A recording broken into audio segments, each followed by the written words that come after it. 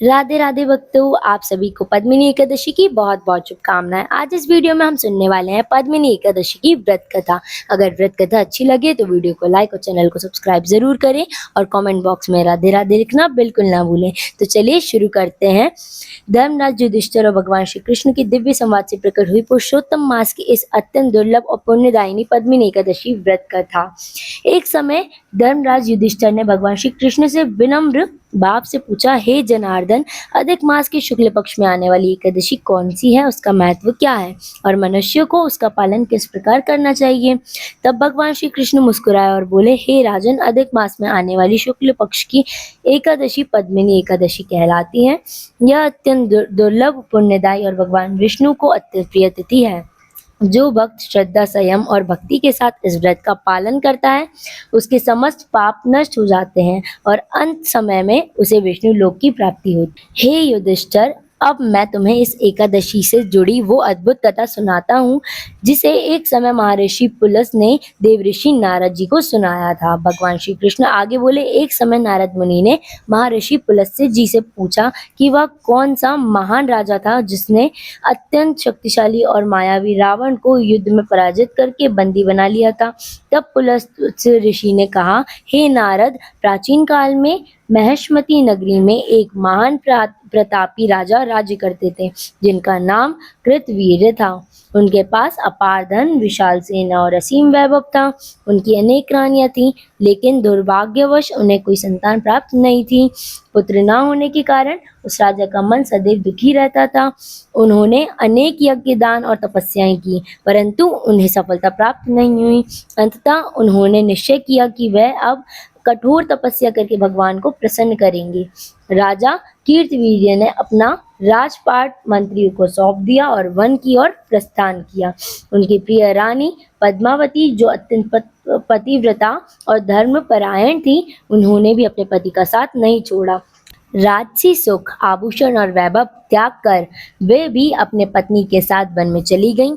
फिर गंधमादन पर्वत पर पहुंचकर राजा ने भगवान विष्णु की कठोर तपस्या आरंभ कर दी। समय बीतता गया, वर्ष नहीं बल्कि कई हजारों वर्ष बीत गए। तपस्या करते करते राजा का शरीर अत्यंत दुर्बल हो गया था, परंतु भगवान का प्रत्यक्ष आशीर्वाद अभी तक उन्हें प्राप्त नहीं हुआ था। जब रानी पद्मावती ने अपने पति की यह अवस्था देखी, तब उनका हृदय व्याकुल हो उठा।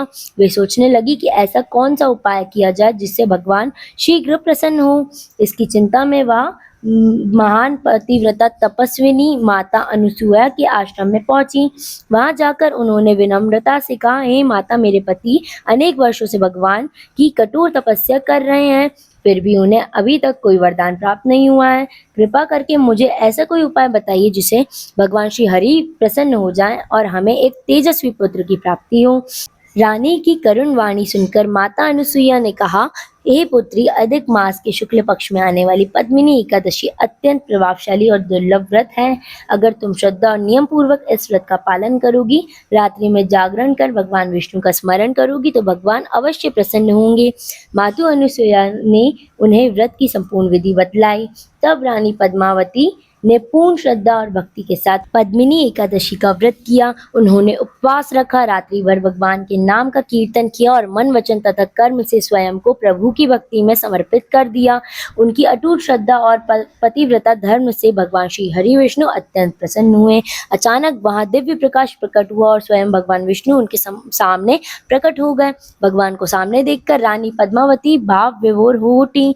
उन्होंने आंसुओं से भरी आंखों से प्रभु को प्रणाम किया। भगवान विष्णु ने तब मधुर वाणी में कहा, हे देवी, अधिक मास की यह पद्मिनी एकादशी मुझे अत्यंत प्रिय है। तुमने पूर्ण श्रद्धा और नियम से इस व्रत का पालन किया है, इसलिए मैं तुमसे अत्यंत प्रसन्न हूँ। मांगो, तुम क्या वर चाहती हो। तब रानी पद्मावती ने कहा, अत्यंत विनम्रता से कहा, प्रभु, यदि आप मुझ पर प्रसन्न है तो मेरे पति की इच्छा पूर्ण कीजिए। तब भगवान विष्णु ने राजा कीर्तवीर्य से वर मांगने को कहा। राजा ने हाथ जोड़कर विनती की, हे प्रभु, मुझे ऐसा पुत्र प्रदान कीजिए जिससे देवता, दानव, असुर, मनुष्य और समस्त योद्धा कभी पराजित न कर सकें। भगवान मुस्कुराए और बोले तथास्तु। इतना कहकर वे अंतर्ध्यान हो गए। कुछ समय बाद रानी पद्मावती ने एक तेजस्वी पुत्र को जन्म दिया। वही पुत्र आगे चलकर महान पराक्रमी कार्तवीर्य अर्जुन कहलाए। यह इतना बलशाली और तेजस्वी था कि देवता और दानव भी उसके पराक्रम से भयभीत रहते थे। कहा जाता है कि उसी महान योद्धा ने एक समय अहंकार में डूबे हुए रावण को युद्ध में पराजित कर बंदी बना लिया था।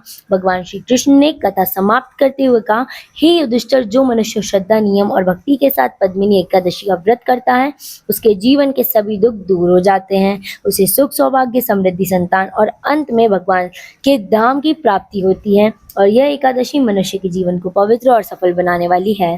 कथा समाप्त हुई। सभी प्रेम से बोलिए श्री पुरुषोत्तम भगवान की जय, पद्मिनी एकादशी की जय। यह थी पद्मिनी एकादशी की व्रत कथा। अगर व्रत कथा अच्छी लगी हो तो वीडियो को लाइक और चैनल को सब्सक्राइब जरूर करें और कमेंट बॉक्स में राधे राधे लिखना बिल्कुल ना भूलें। राधे राधे।